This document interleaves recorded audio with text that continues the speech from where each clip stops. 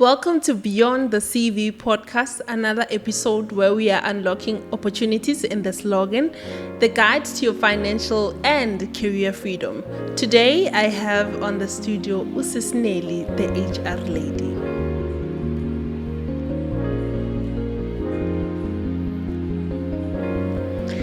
Nelly, the HR lady with over 100,000 followers on social media, has over 20 years of experience in HR spaces with expertise including and not limited to recruitment, graduate programs, labor relations, training and development, CV writing, branding and interview tips.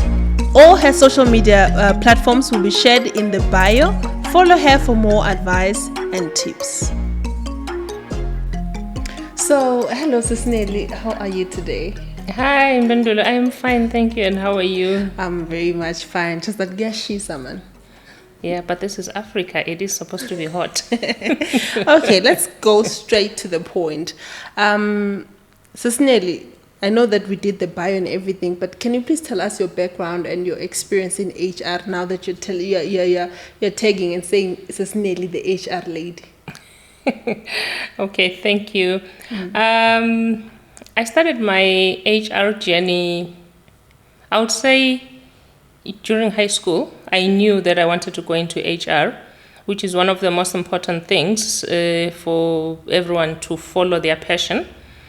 I then studied sociology at the University of Swaziland, and later on I did postgrad in business administration just to augment, the HR side of things because, HR people, we tend to not like money or figures. Yeah. Yes, and I've done labor relations, whatever you can think of, performance management, training and development. That is who I am. I'm doing this because I'm passionate. To me, it's not a job. It's a good thing that I get paid for it, but I'm doing HR, people and culture, because it's a passion for me. That is who I am. And if we were to talk about, you spoke about me trending as Nelly, the HR lady. I picked a gap that, we have a lot of young people online, but then because I look at CVs every day of my life, so to speak, I just decided one day that let me share just tips on how to put those things together, how to attend job interviews. Okay. I don't know if that works in terms of my introduction. Yes, it does. So, Nelly, let's get straight to the core of this episode. Resume branding and CV writing. You teach a lot about CVs. You just highlighted now that you've read a lot of CVs and you've done this for 20 years now, if I'm not mistaken. What are the common mistakes that you're noticing when people are doing this resume branding, CV writing? Okay, maybe if I can just not really correct, but my view, branding and resume writing are different things. Okay. Because when you talk about branding, you're talking about yourself. Just think of yourself as a product. Yes, like, when we talk about whatever brands that you use out there, if you think of yourself as a brand, that's when we're talking about branding yourself, not necessarily branding your resume or your CV. Okay. CV and resume, I think we must refer to it as writing your CV or your resume. Okay. But when you talk about branding, is you branding yourself, not branding the resume. Okay. Yes. So can I brand myself for the working industry, for job seeking? Can someone brand themselves to find jobs? Yes. Because normally branding as the influencer or a certain thing, can you please elaborate on that? Each and every one of us is a brand because we want the world to know us for something. Okay. So when we talk about branding, people tend to make the mistake of wanting to wait until I finish university or once I have a tertiary qualification, and that's when I can start branding myself. No, you can actually start branding yourself straight from university. Today we live in this digital world where everybody has access to online platforms free of charge. So what you post out there is what is actually going to brand you. as a person, as an individual, as a university student, such that by the time you get out of university, for example, the world already knows about you. Oh, okay. Now it makes sense that you're explaining and I'm thinking about it.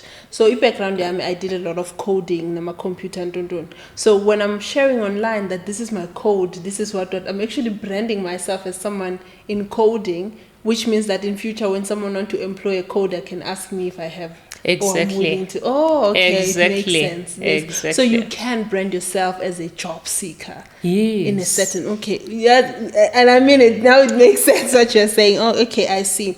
So thank you for the clarification on branding. Let's talk about CV writing. What are the things that you should always include and those that you should avoid in a CV? Give us tips of things to include and to avoid when writing a resume. I think one of my favorite ones, which for those who follow me online in all the platforms, I speak a lot about removing your picture. For starters, it's 2025. Please remove your picture from your CV. And the common question is why, which is normal. The picture does not add value in any way unless you're applying for a position to be a model. And if the potential employer wanted a picture of the candidates, they would specify which type of photo they want, and it would normally be a black and white or a passport size picture of yourself in color. Yes. And the reason I say you must remove your picture from your resume is because it clutters the CV, it does not add value. And most of the time, based on what I've seen, people do not necessarily have professional looking photos. People will just take the photo that they love the most or the one that got the most likes either on the gram or on Facebook, and then think, oh yeah, this is the one, and then they post it on their resume, yet it adds no value. Remember that people who are reading your CVs are also human. There is unconscious bias in everything that we do as human beings. So imagine if now you've put your picture there unsolicited, and then someone who is reading your CV happens to look at your face and they just do not like it. This is something that people might not tell you in the recruitment space, but it happens because the recruitment people are also human beings. So you might put a picture and someone just doesn't like it. Maybe your CV is okay. Yes, sometimes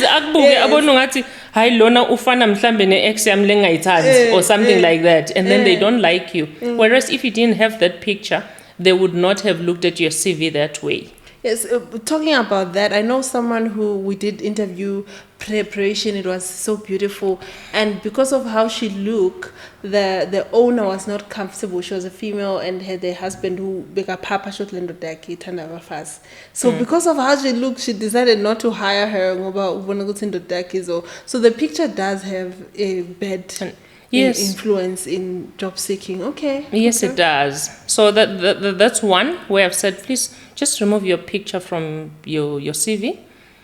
And two, your CV should be at least 1 page, at the most 2 pages. Okay. 3, people complain a lot that they struggle to compress their resume or their. I'll use the 2 words interchangeably, CV and resume, because for the purposes of here in South Africa, if we're to go into the technicalities of explaining it, it will confuse people. So we will say resume or CV, although technically speaking, it's 2 different things. Yes. But people, they just cut and paste their full job descriptions.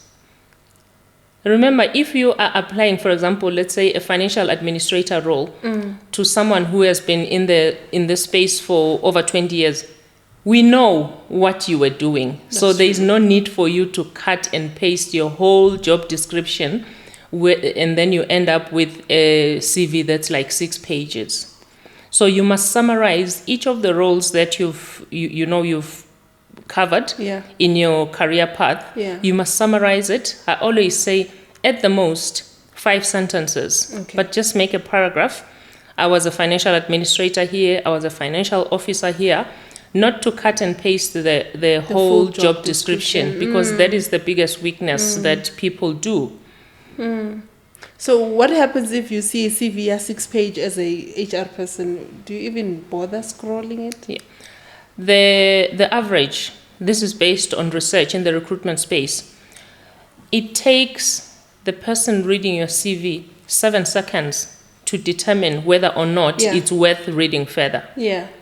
So you can imagine now, if you have this 7-page CV and the first page is just about name, Mpendulo, surname, whatever, date of birth, religion, you don't need all those details. You actually do not need all those details. By the time the 7 seconds of that person reading your CV is done, they have not gotten to the important parts which speak to your suitability to the role. Yes. Okay, so I get that one. Do we have more things that you'd advise us not to include in our CV? Yes, if, for example, I'll make an example with myself. I've been in the job market for over 20 years. Yeah. My first job was an intern at some company more than 25 years ago. If I'm applying now for a very senior position, it's not necessary for me to go back 25 years ago. So, depending on how long you've been working, you do not need to tell people you are flipping burgers at, a certain fast food restaurant some 30 years ago. So you cut that out of your CV and you only share what is relevant to the positions that you're applying for now. That one is so not easy. Like, I don't want to lie, that one is so not easy. Like, people always want to put everything. And it goes back to, I've heard someone say, if you have a lot of qualification, maybe so doctor, master's, PhD, you still put your grade 12. No. It's not necessary. That was going to be my next point, to say, when it comes to the qualifications as well, imagine you have a PhD now, and you're still putting your grade 12 that you got some, let's say 15 years ago. You are now Dr. Mpendulo, but you're including your grade 12. By the time you have a PhD, we know that you started, with years. Or that certificate of whatever that you got initially before you started your formal, education. You also don't need to include that unless you believe that it is strongly going to influence a decision of whether or not you get this job. Because remember, your CV is a tool to sell yourself to the potential employer. So what they're looking for is what is relevant in line with what they want. Okay. So is there any other that we are leaving out in the do not do this in the resume before we go to always include this? Especially the things that, because if we say always include this, I don't want you to mention everything. Like, there's this general structure, but there are things that people might leave out and they are important. Okay. Yeah. Please do not include details like your physical address unless it's a requirement, because for some positions, especially in certain sectors, they would want to know where you are, because the directive that employer has been given is give jobs to people from within the area where you have your project, for example. But if that is not the case, you don't need to include your ID number. You do not need to include your actual physical address, like 15 Smith Street, Mpumalanga, wherever. You don't need to do that, because always remember as well that as much as there are legit jobs out in the market, there are also scammers. There are identity thieves who, if you include all your details, they can take that information and go and open, they're very unscrupulous people out there. And also, I think one more thing is, unless the job ad specifies that you must include your copy of your ID and copy of your qualifications, do not include it. You will just list it there, because it also speaks to, the fraudulent things that happen out there. If you are shortlisted and they want more details from you, the potential employer will contact you and say, Nelisiwe, please, we've looked at your CV and we're interested. Could you please send us copies of your certificates or send us copies of your ID for whatever purpose? Okay. Thank you so much, Sis Nelly, the HR lady. That was the first part, and I want you guys to digest. So I think we'll cut it from here, unless there are other things that we left out in this session.